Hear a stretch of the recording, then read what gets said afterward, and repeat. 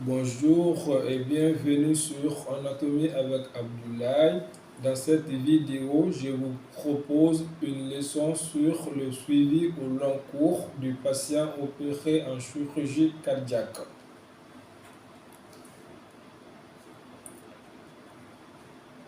Une revascularisation coronaire chirurgicale, même complète, ne règle pas définitivement le problème de la maladie coronaire et en l'absence d'un parfait contrôle des facteurs de risque cardiovasculaire, les mêmes causes continuant à produire les mêmes effets, la progression de l'athérome peut se faire sur les réseaux coronaires natifs en aval des artères pointées ou sur des artères non revascularisées, conduisant à la réapparition d'un langor ou à de nouveaux infarctus.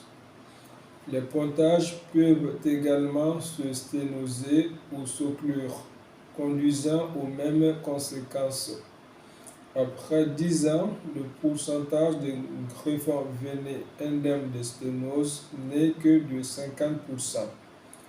Les anastomoses mammaires et, d'une manière plus générale, les greffons artériels semblent de ce point de vue nettement supérieurs avec un taux de perméabilité à 10 ans voisin de 90%.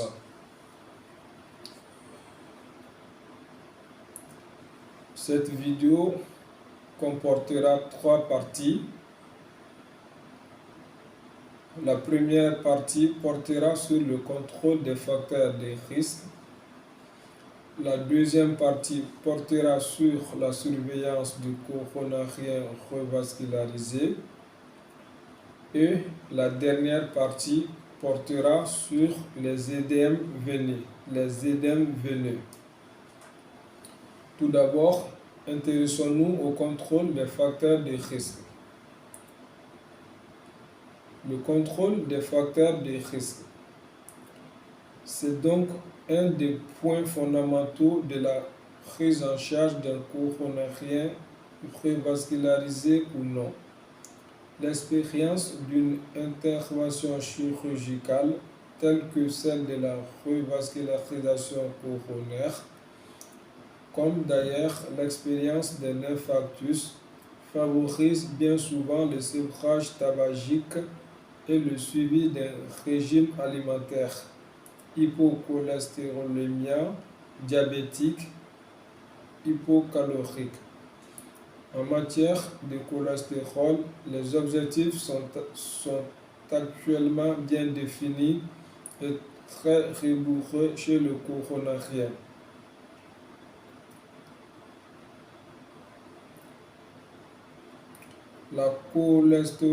La cholestérolémie souhaitée doit se situer en dessous de 0,64 g par litre.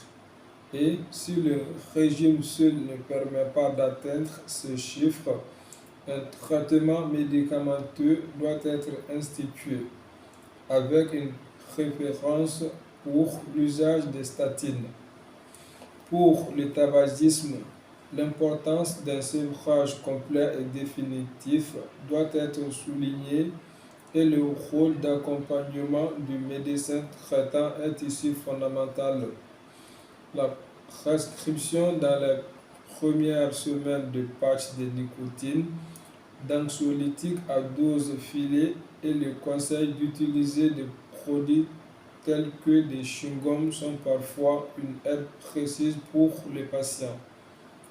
L'attention du patient doit également être attirée sur les risques de prise de poids liés au sevrage du tabac. Je voudrais à présent poursuivre avec la surveillance du coronarien revascularisé. Après chirurgie coronaire réussie, la revascularisation étant le plus souvent complète, les patients sont habituellement asymptomatiques. La réapparition d'un langor en post-opératoire pose donc un problème. Dans les premières semaines après l'opération, Il s'agit en général d'une revascularisation incomplète. La revascularisation est incomplète lorsqu'une ou plusieurs sténoses significatives décrites sur la coronarographie préopératoire n'ont pas pu faire l'objet d'un pontage, ou bien de la sténose ou de l'occlusion d'un pontage.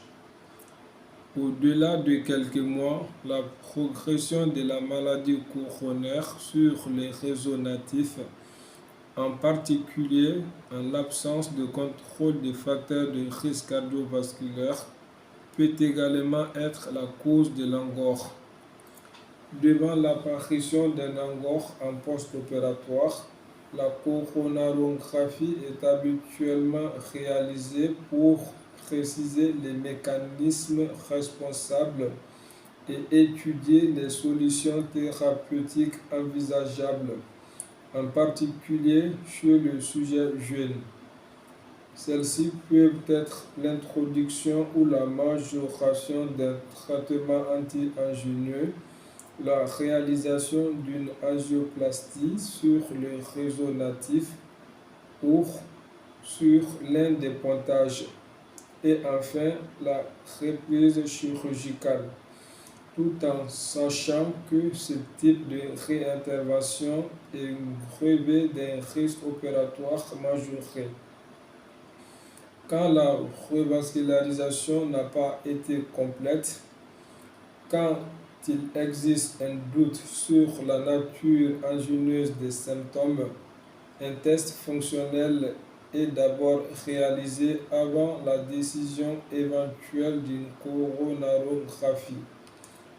Celui-ci vise donc soit à apprécier la nature angineuse ou extracardiaque des douleurs thoraciques rapportées par le patient, soit à préciser les territoires ischémiques et le niveau d'effort ou de stress auquel survient l'ischémie. Notion de seuil ischémique. Si les résultats du test sont en faveur de douleurs extracardiaques ou si le territoire menacé est peu étendu ou correspond à un territoire qui n'a pas pu être revascularisé, ou si l'ischémie survient seulement à un seuil élevé, on décide alors souvent de surseoir à la réalisation d'une nouvelle coronarographie et le patient est alors simplement surveillé. Ou son traitement médical anti-angineux majoré.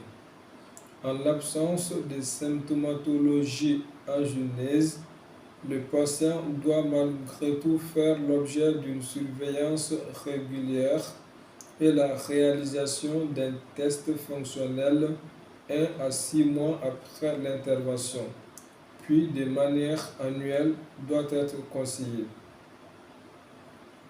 Je voudrais à présent continuer sur les œdèmes veineux en post-opératoire.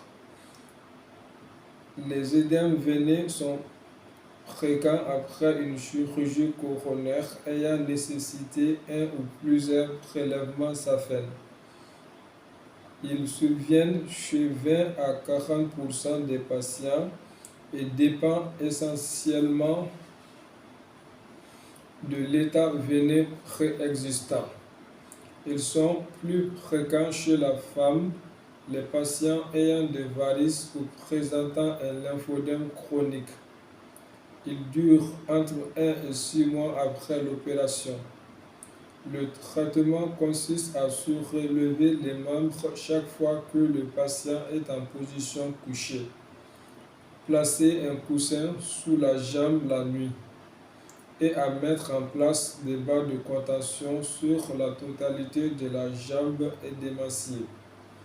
Je répète, le traitement des œdèmes veineux en post-opératoire consiste à surélever le membre chaque fois que le patient est en position couchée et à mettre en place des barres de contention sur la totalité de la jambe édémaciée.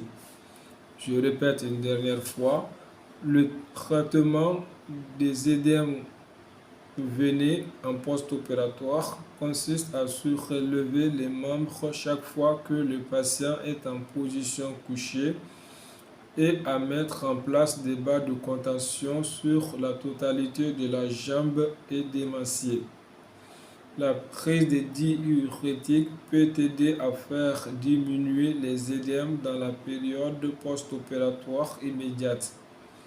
C'est tout pour cette vidéo. On se donne rendez-vous pour une prochaine. Au revoir et à bientôt.